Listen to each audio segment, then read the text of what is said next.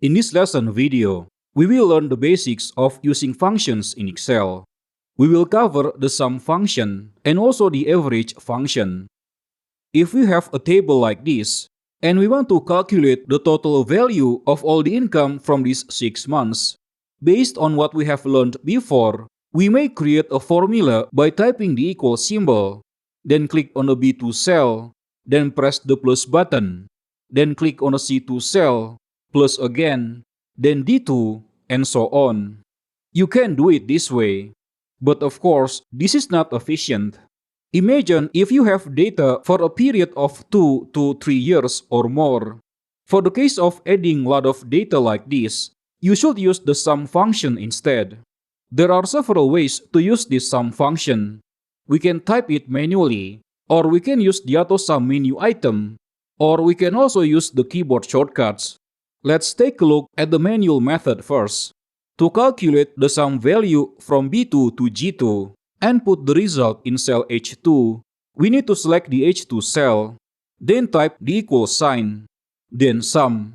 By default, all functions in Excel use uppercase letters, but it is okay if you type them in lowercase because Excel will automatically correct them for you. Then type the open parenthesis symbol, then B2, then a colon, G2, and finally the closing parenthesis. Press enter to confirm the formula. And now we have the result of the sum of the cells in cell H2. Before we continue discussing other methods of writing the sum function, there are 3 important things that we need to discuss. First, in Excel, to write a function, we first need to write the name of the function, then followed by parentheses.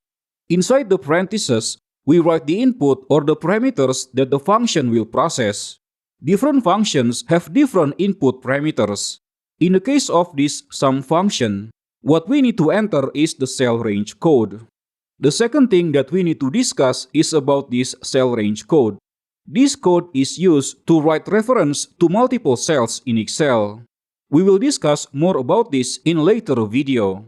But for the basic, writing a cell range code is quite easy. You just need to type in the address of the starting cell, then a colon, then the address of the final cell. Now, even though it is easy, most of the time, you do not even need to type these cell range codes manually. You can just use the mouse to create the cell selection. For example, we want to calculate the sum value from B3 to G3. You can type an equal symbol, then sum, then the opening parenthesis. Now, in this condition, we can use the mouse to click drag to make a selection from B3 to G3. As you can see, Excel just typed the cell range code for us. After that, although you do not need to include the closing parenthesis symbol. Just press enter or tab to confirm the formula. The third thing that we need to discuss is the difference between the terms formula and function. Many Excel users still confuse these two terms.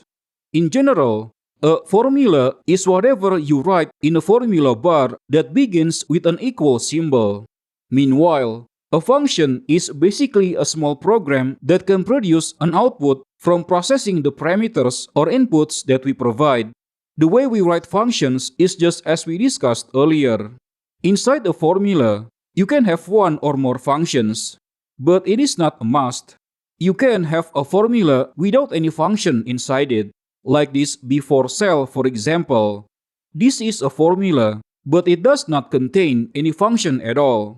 In a formula, you can combine one function after another function, or a function inside another function, or a function with a regular data and or cell references. We will cover all of these along the way. For now, just for example, if we select cell H3, then after the sum function, we type the plus symbol, and then 1000, then the plus symbol again, then click a cell.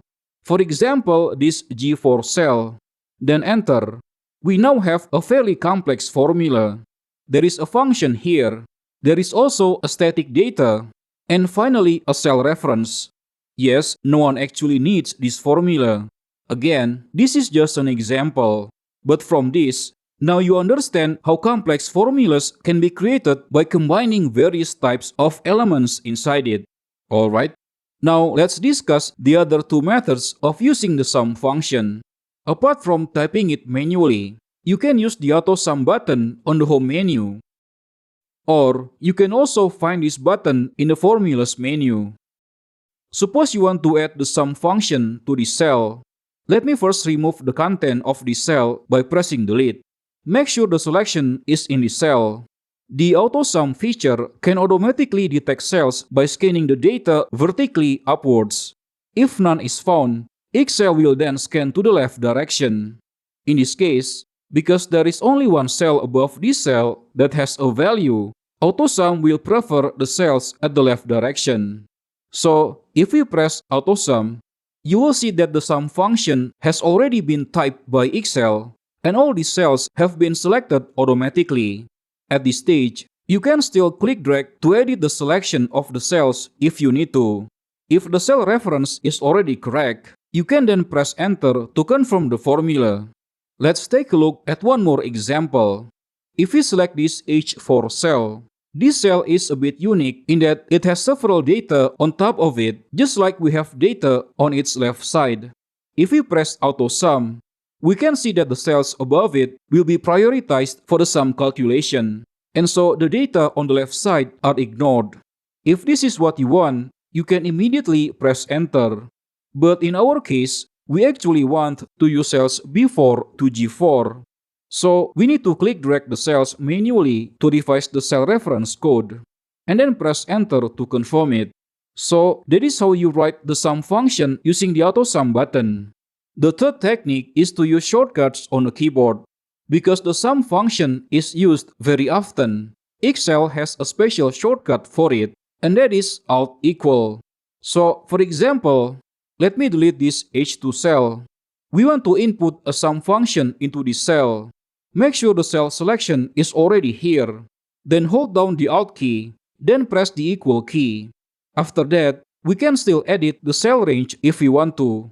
Then press enter or tab to validate. Next, we are going to discuss the average function.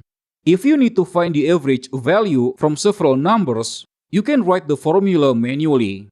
For example, you want to know how much the average monthly income is from this table. Since we already have a total value in H2, we can type equal H2, then a divide symbol or forward slash, then 6.